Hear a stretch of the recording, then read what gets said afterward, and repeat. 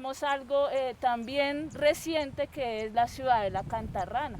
Y este no es el único conjunto de apartamentos de Ciudad de La Cantarrana. Vamos a empezar a identificar varias islas, ¿sí?, con nombres específicos como La Flora, Cantarrana 1, bueno, digamos que allí la identificación empieza, digamos, a ser bien interesante, porque en cada uno de estos conjuntos residenciales hay unas vidas totalmente diferentes, a pesar de que se vea homogéneo, vivienda en propiedad horizontal de 5 o 6 pisos, pues allí, digamos, la heterogeneidad social es bastante interesante, bastante importante. Son sobre todo personas víctimas del conflicto armado que se han reubicado acá o que han sido reubicadas, pero hay una mezcla también de personas que han comprado su propiedad con sus ahorros y subsidiadas de cierto modo por las cajas de compensación familiar.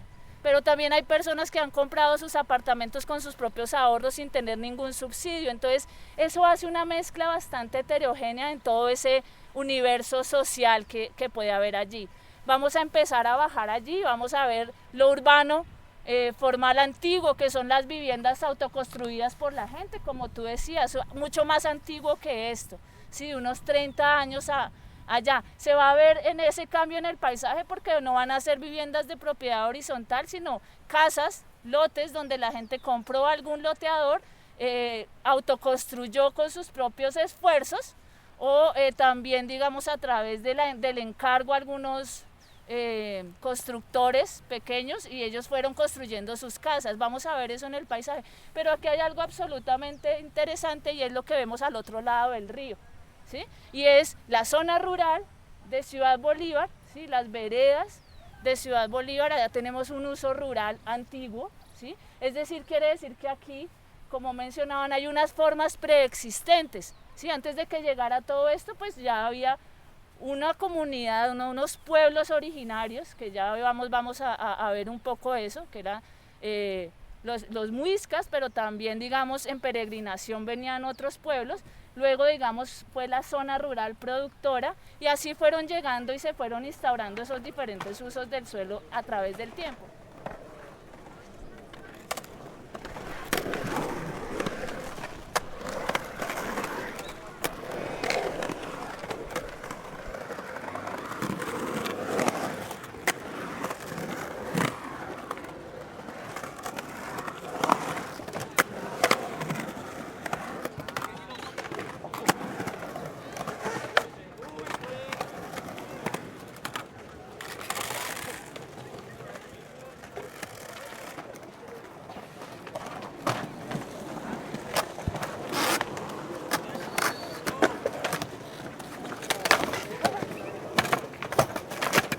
Vamos a acabar. Esos análisis debemos hacernos. Además, donde se construyen viviendas de interés social, las condiciones de vida de las comunidades no son las mejores. Allá se vive mucha hambre, se vive mucha pobreza, se vive mucha violencia. Entonces no es solamente la mirada de cómo no nos llenan de casas de interés social, sino cómo esas condiciones de vivienda que le van a brindar a las gentes mínimamente sean dignas. Esa es como la apuesta durante muchos años. Y no es solamente una mirada de cosas físicas, sino que esto se convierte en una crisis social, porque hay los contextos de las miradas de la defensa de territorio desde lo campesino y la mirada de aquellos que por circunstancias de la vida se han tenido que ver obligados a vivir en unos territorios que eran netamente campesinos.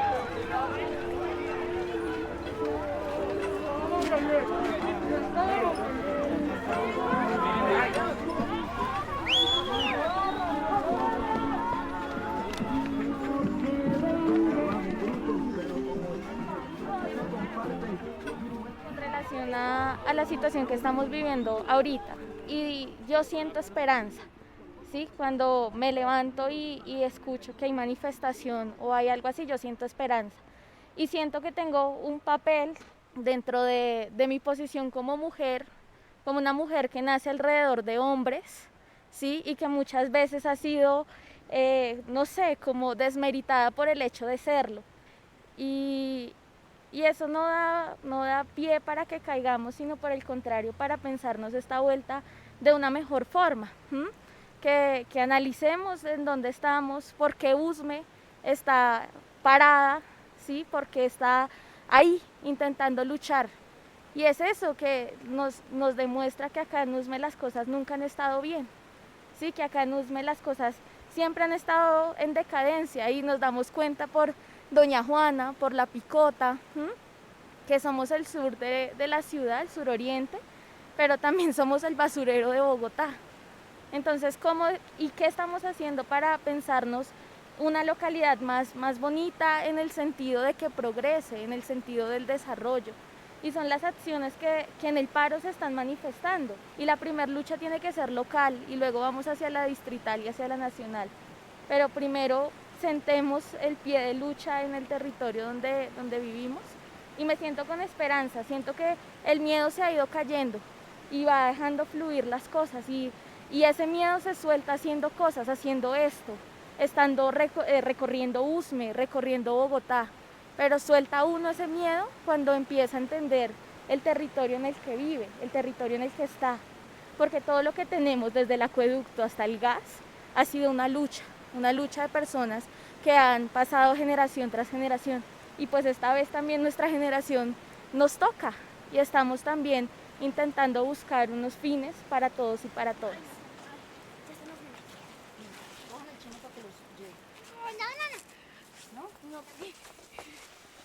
Chao, primo.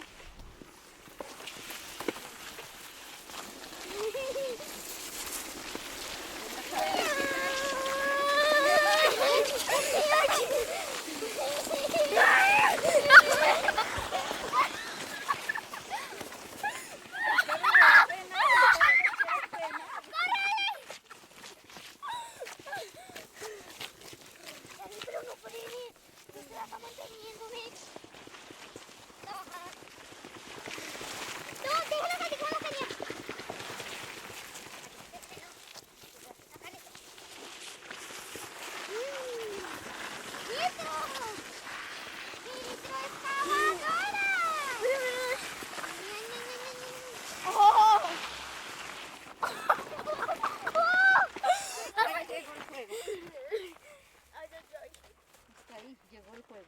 No llegó más.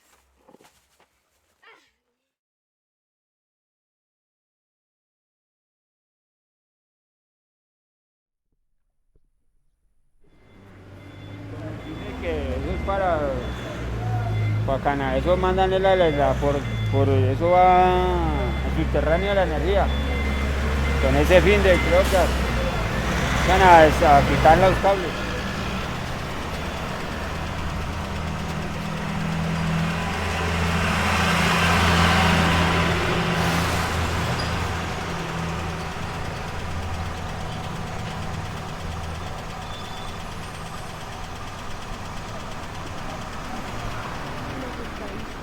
Va a haber una vía de 4 carriles por abajo de su predio y usted tiene que estar muy agradecido porque su predio va a tener una vía que marchera.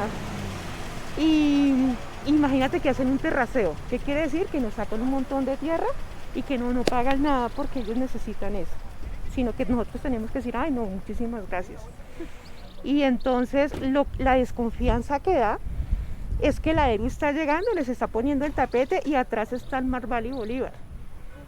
Entonces eso es lo que uno entra a mirar, que las mismas entidades le están abriendo la puerta a las constructoras, porque eso que vuelven a mencionar la Hacienda del Carmen como pues patrimonio de Usme.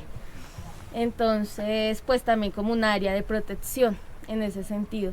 Pero pues sin embargo, o sea, lo que están haciendo es curar con pañitos de agua tibia y eso del agroparque dentro de la Requilina y el Ubal, eso...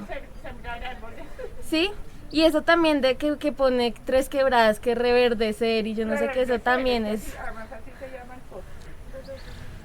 Eso también es una... Pues esa es la estrategia, mediante el lenguaje ellos se van metiendo ahí como diciendo lo que estamos haciendo. Sí, y lo que nos decían era como... que pues este plan de ordenamiento territorial no había sido participativo con la gente. Entonces que pues esa era la oportunidad que teníamos como para en estos cabildos abiertos poder poner una propuesta, pero que sea una propuesta muy aterrizada. Y que pues esa propuesta hable de lo que han venido hablando de ese límite, pero pues ahorita toca reformarla por las personas que viven al norte de la Fucha.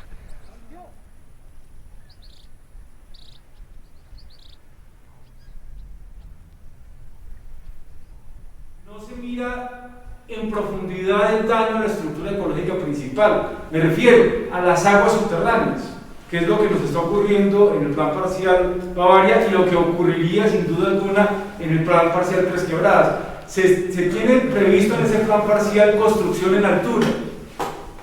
Se dice que va a ser entre 15 y 25 pisos. Cuando uno hace un edificio entre 15 y 25 pisos, tiene que excavar entre 15 y 25 metros, que generalmente afectan aguas subterráneas de manera definitiva, y esos son nacimientos de agua. Sí se puede, a partir del plan de ordenamiento territorial, modificar esas tierras a partir de la defensa exclusiva de los ecosistemas y de la estructura ecológica principal de la ciudad. Y su merced lo dijo en su intervención: vamos a proteger los corredores ecosistémicos de la ciudad. Eso implica conectores de aves, conectores de agua, etcétera, etcétera.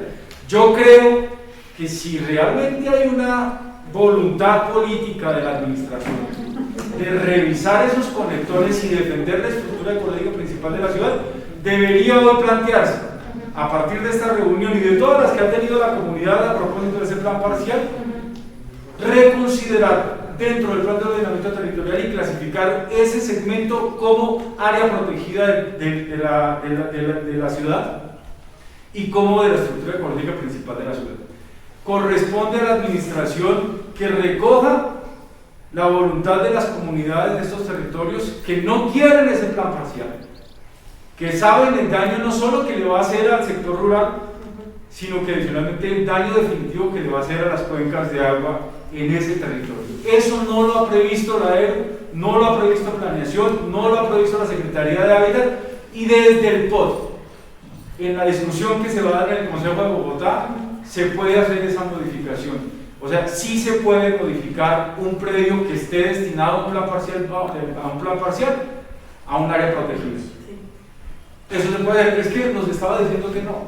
¿Sí? Pues, o sea, que eso no lo podía hacer el POT sí lo podía hacer. ¿Sí? Que no esté planteado, eso es otra cosa. ¿Sí? Yo lo que sugiero es que se ponga como exigencia de la comunidad, ¿sí? Y que si quieren que la comunidad acepte por lo menos ese borde, se elimine el plan parcial, porque hay una afectación definitiva a un ecosistema y a la producción de agua subterránea especialmente, y los recorridos y yacimientos de agua y los tránsitos de fauna y avifauna de esos territorios. Es clave y fundamental que se haga. Ningún plan parcial tiene estudio de avifauna. Ninguno. Nada. Ninguno, porque realmente con la Hacienda del Carmen se encontraron los yacimientos, porque no hubo estudios de absolutamente nada, no hay estudios de suelos, no hay nada, cada vez que se plantea un plan parcial. Mi llamado es que efectivamente desde esta discusión que se está dando hoy, en el plan de ordenamiento territorial se elimine el plan parcial Tres Quebradas y se declare como área protegida de la estructura ecológica principal de la ciudad.